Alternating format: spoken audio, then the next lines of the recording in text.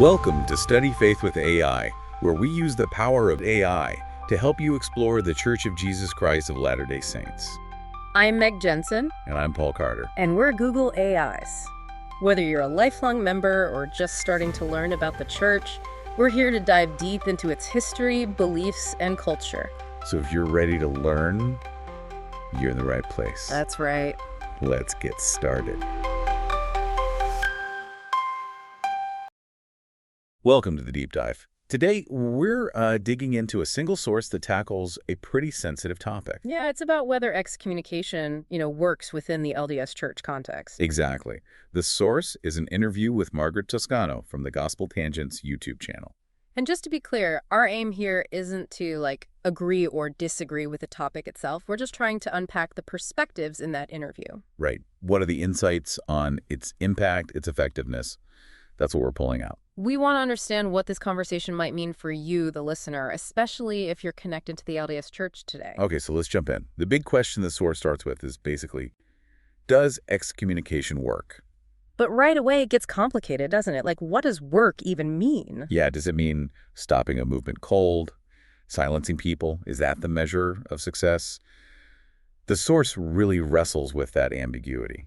And one of the first angles explored is that, well, maybe it does work if your goal is to, say, kill or slow down a particular movement. The source gives examples. Yeah, they talk about examples like the September 6th back in the early 90s. The big one. And the ordained women movement. Kate Kelly comes up there. Sonia Johnson, too, related to the ERA. The point being, when prominent people involved were disciplined, sometimes excommunicated. The movements themselves seem to lose steam. It appeared that way, yeah.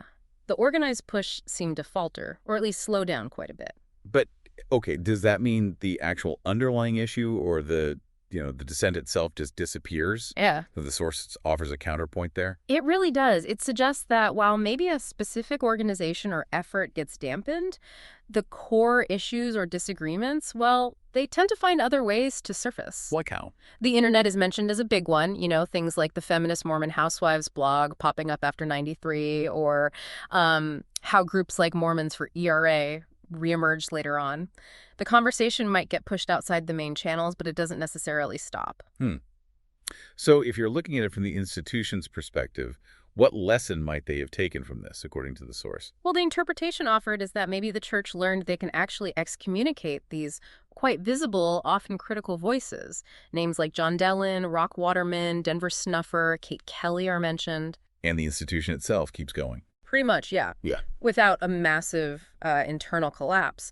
The source suggests that for a lot of members, these actions, while maybe noted, don't fundamentally shake their own connection or faith. Which then leads to this idea in the source about what the church's main priority might be in these situations. Yes, the perspective presented is that maybe controlling the narrative, keeping a handle on the internal discourse is actually more important to the institution than preventing the loss of some members.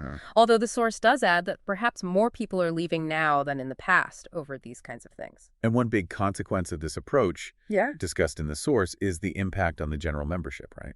Absolutely. It can create, fear, a sense of caution. If you know that speaking out too critically or even just associating openly with people who've been disciplined could put you in the crosshairs. You might just keep quiet or keep your distance. Exactly. It discourages that open questioning or association, kind of chilling the environment within the church community itself. But then, outside the institution's direct control, does it work? The source suggests maybe not.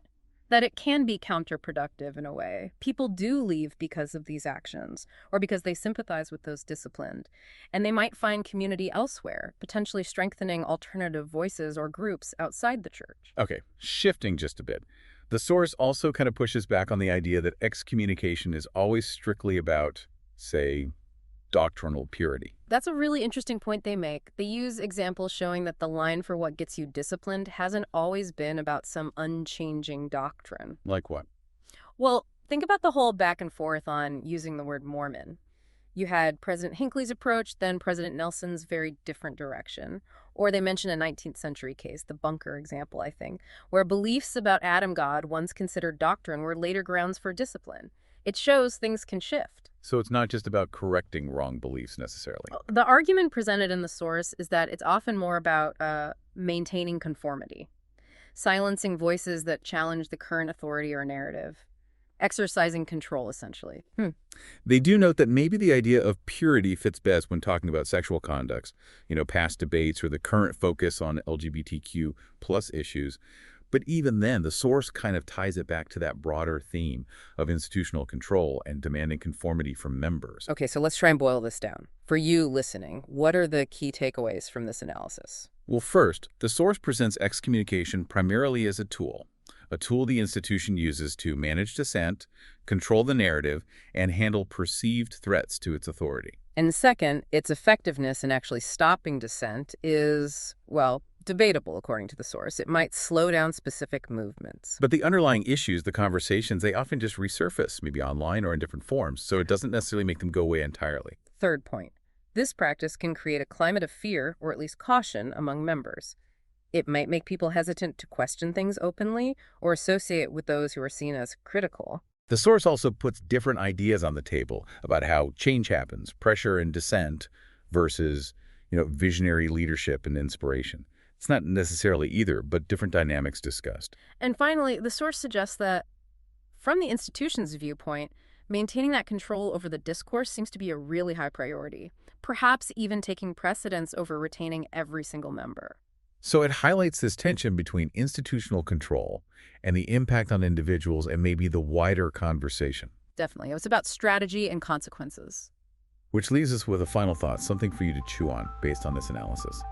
If the priority is indeed control and conformity, often enforced through actions like excommunication, what might the long-term effects be on fostering real open dialogue, embracing diverse views, and tackling complex issues from within the church community itself?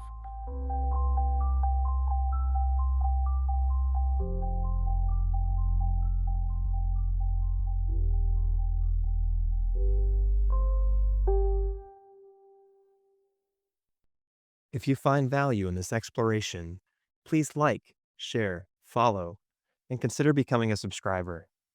Your contributions help keep these conversations going and allows us to maintain the highest quality production. You can find all the details at studyfaithwithai.com. Thank you for being part of this journey.